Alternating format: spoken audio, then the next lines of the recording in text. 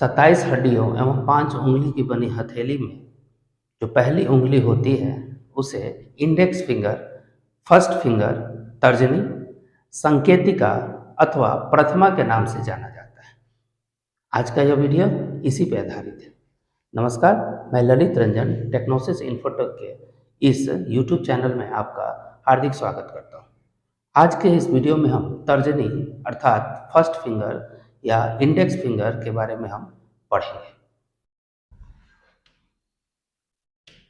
इसको index finger कहते हैं।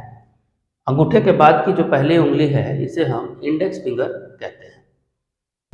इसे फर्स्ट फिंगर भी कहा जाता है।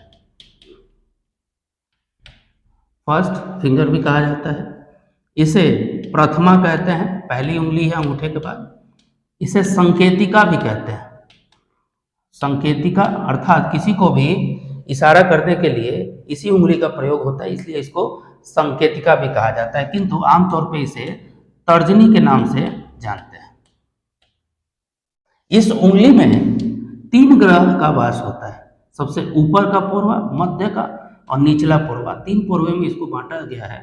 इसमें सबसे ऊपर के भाग में मेष, मध्य में वृष तथा सबसे निचले भाग में मिथुन राशि का वास माना जाता है। इसके सबसे जड़ में गुरु हैं। गुरु अर्थात बृहस्पति, इंग्लिश में जिन्हें जुपिटर कहा जाता है।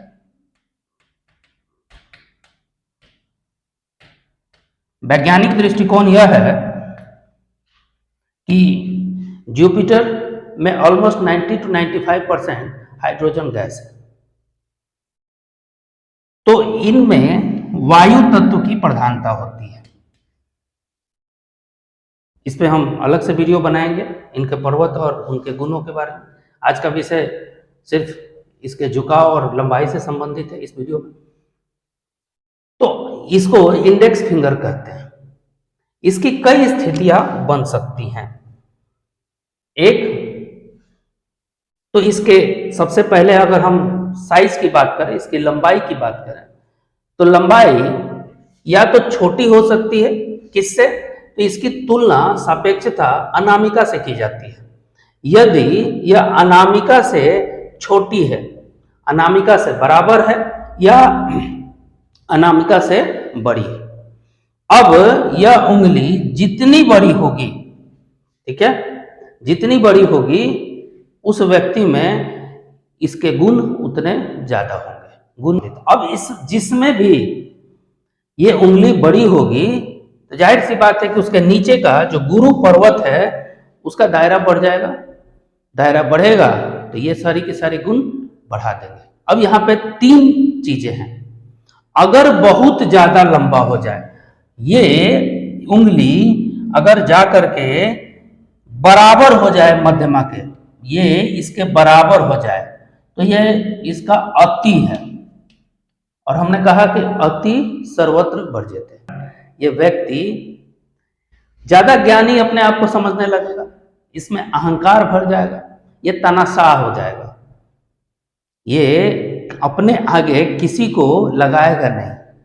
ऐसा व्यक्ति में नेतृत्व क्षमता तो ठीक है, लेकिन शासन को बहुत ही कड़ाई से लागू करने पे विश्वास करता है।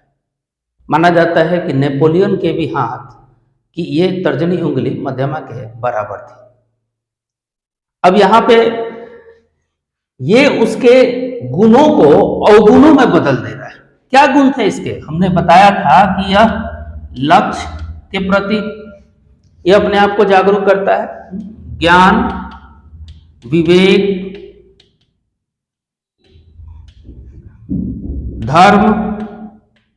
धर्म के प्रति आपको ऊपर, आपको अंदर धार्मिक भावना को बढ़ता है, आप में सात्विकता देता है, सद्गुण को बढ़ाता है ना, आपके अंदर धैर्य देता है जो किसी काम को सही तरीके से कर सके, ये आपको नेतृत्व देता है।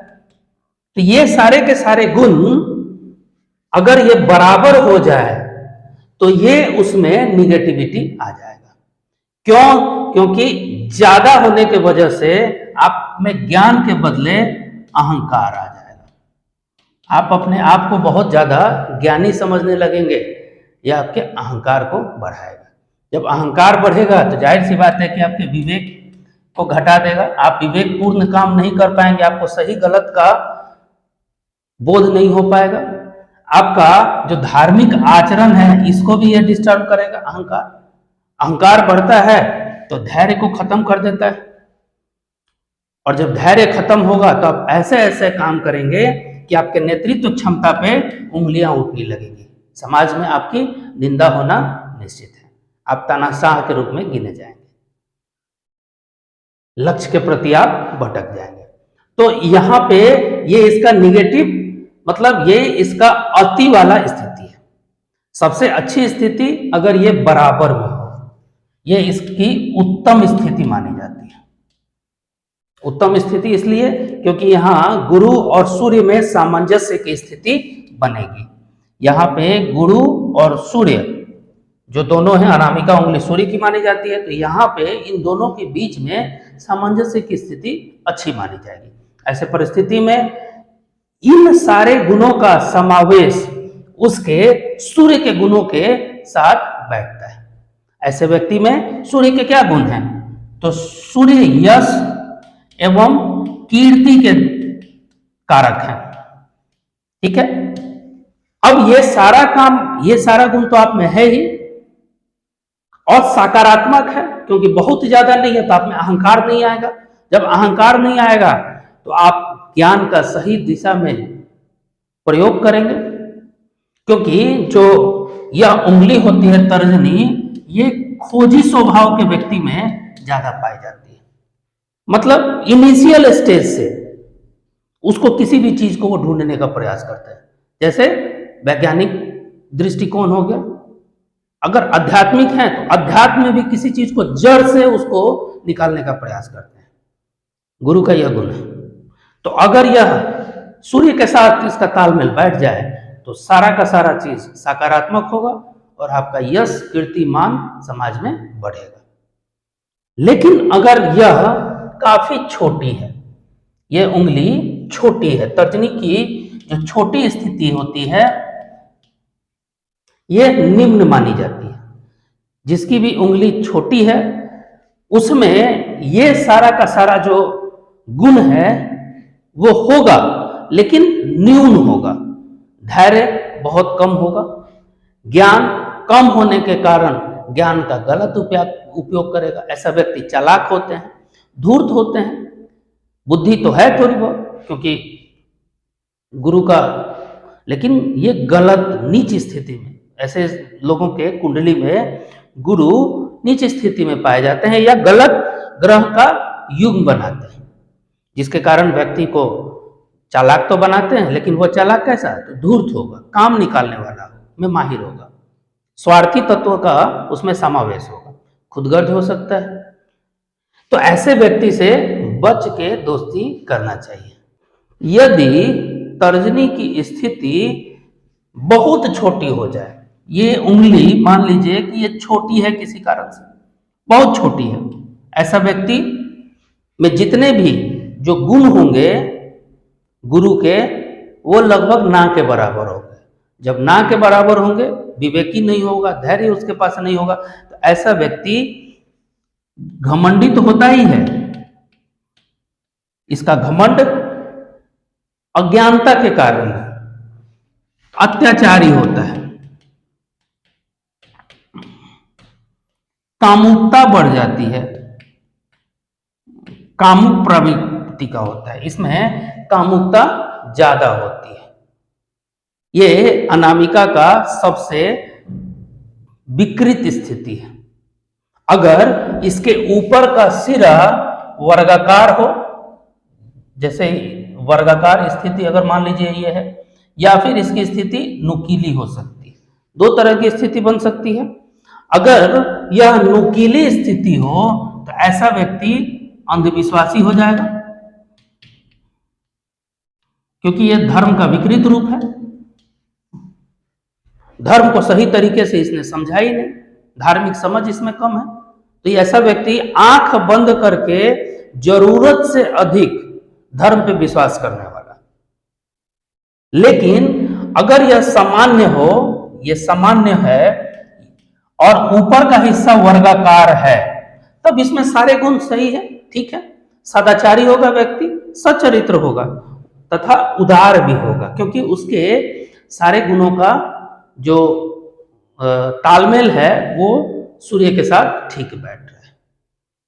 अब हम इसके झुकाव पे थोड़ा सा बात कर लेते हैं। जैसा कि आप इस उंगली में देख रहे हैं, यह उंगली मध्यमा के तरफ झुकी हुई है। इसका जो कर्व है ये मध्यमा के बीच की उंगली को मिडिल फिंगर या मध्यमा कहते हैं। पिछले वीडियो में अपने उंगली से पहचान की थी भली भांति, उसमें हमने पांचों उंगलियों का नाम बताया था, हथेली के आगे पीछे के भाग के बारे में बताया था। विशेष के लिए आप उस वीडियो को देख सकते हैं। अब इसका जो कर्व तीन तरह का मुख्य रूप से हो सकता है। मुख्य रूप से इसका कर्व तीन प्रकार का हो सकता है। पहला प्रकार जो आपके सामने है, मध्यमा की तरफ अगर झुकी हो। दूसरा प्रकार यदि ये अंगूठे की तरफ झुकी हो, जैसे ये जो उंगली है अगर ये इसका झुकाव इधर अंगूठे की तरफ हो। तीसरा प्रकार ये सीधी हो, अगर ये किसी पे आश्रित न हो, जैसे ये उंगली मध्यमा के ऊपर आश्रित है तो मध्यमा के गुण अवगुण को ये ग्रहण करेगी। लेकिन ये अगर सीधी है तो इसमें इसका कोई भी गुण समावेश नहीं होगा, ये अपने गुण को प्रदर्शित करेगा अगर ये सीधी है तो। जब अगर सीधी है तो इसकी उत्तम स्थिति मानी जाएगी, अगर अंगूठे की तरफ है तो ये इसकी मध्यम स्थिति मानी जाएगी। लेकिन अगर ये मध्यमा की तरफ झुकी है तो यह इसकी निम्न स्थिति मानी जाएगी। क्यों? क्योंकि मध्यमा के देवता होते हैं शनिदेव। शनिदेव रोग, कष्ट, न्याय एवं परिश्रम के देवता हैं। खूब मेहनत कराएंगे, रोग देंगे, कष्ट देंगे, आपके ऊपर आपका जो विचार है व्यक्तिगत विचार, न्यायप्रियता को बढ़ाने का काम करते हैं। तो ये उंगली अगर इधर आ जाए तो आपका जो गुण है, तर्जनी वाले गुण, धर्म के प्रति, लक्ष्य के प्रति, ज्ञान के प्रति आपका विवेक, इसमें न्यूनता आ जाएगी। शनि देव के गुण उसमें मिल जाएंगे। तो आप धार्मिक हो सकते हैं, धर्म के साथ अगर इधर हो जाए तो आप में हो सकता है कि आप तांत्रिक हो जाएं। अगर बहुत ज्यादा हो गया तो आप सन्यासी हो सकते हैं, घर छोड़ करके भाग जा सकते हैं, सन्यास का गुण आ सकता है। जादू टोना, मतलब इन सब चीजों का इसमें समावेश होना थोड़ा सा उम्मीद बढ़ जाता है। अगर सीधी हो, उत्तम प्रकृति, आपके जितने भी गुण थे, जो बृहस्पति वाला गुण है आपको है, वो सब मिलेगा। अगर ज्यादा लंबा हो तो ज्यादा गुण मिलेगा, अहंकार बढ़ाएगा। मध्यम हो तो मध्यम गुण मिलेगा। मतलब आपका जो गुण है वो सही है, लेकिन अगर काफी छोटा हो तो उन गुणों को न्यून लाएगा, न्यून करके देगा तो आप में सारे गुण नहीं मिल पाएंगे। लेकिन अगर इसमें दो स्थितियां और बनती हैं। एक, ये उंगली अगर सामने की तरफ हो, ये उंगली अगर ऐसे हो, आश्रित ना हो और सामने की तरफ हो, या फिर ये उंगली पीछे की तरफ झुकी हो। आगे की तरफ झुकी हो ना, एक तरह से ठीक ही है, ज्यादा नहीं लेकिन ठीक है। क्यों? क्योंकि ऐसा व्यक्ति ज्ञान वाला होता है, योग्य होता है, लेकिन ऐसे व्यक्ति में श्रेष्ठता का बोध होता है कि हम ही सब कुछ हैं, हम बहुत ही श्रेष्ठ व्यक्ति हैं। अगर ये अंगूठा पीछे की तरफ झुकी हो तो अहंकार में कमी लाता है। ये पीछे की तरफ, अगर सारी उंगलियां पीछे की तरफ झुकी हो तो इसको अच्छा ही माना जाता है। जितना पीछे की तरफ इसमें फ्लेक्सिबिलिटी हो उतना उसको अच्छा माना जाता है। अगर ये पीछे की तरफ झुकी हो, लंबाई चौड़ाई नुकीला, ये सारा की सारा चीज अगर पॉजिटिव हो तो ऐसा व्यक्ति में सारे गुरु के जो अच्छी चीजें हैं वो उसको पॉजिटिव लेकर के आती है।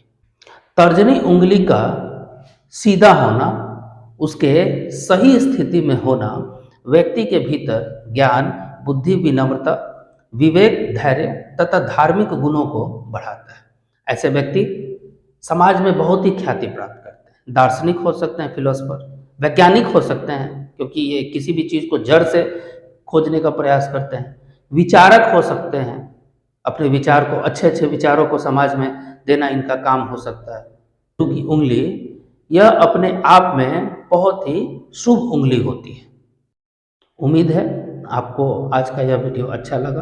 अगर अच्छा लगा हो तो इसका सकारात्मक उपयोग कीजिए। मैं बार बार एक ही चीज़ कहता हूँ कि किसी को फल बताने से पहले हाथ के सभी गुणों को भली भांति पढ़ के उसके बारे में सबसे पहले खुद अस्वस्थ हो, तब उसके बारे में किसी को बताएं। क्योंकि आपके द्वारा बताया हुआ कोई भी फल उस व्यक्ति के जीवन के ऊपर प्रभाव डाल सकता है। इसलिए बिना सोचे विचारे किसी को भी उसके कुंडली अथवा उसके हाथ के रेखा के आधार पर फल बताने से पहले पूरी तरह से अपने आप को आश्वस्त करें। अगर अच्छा लगा वीडियो तो आगे बढ़ाएं। नमस्कार।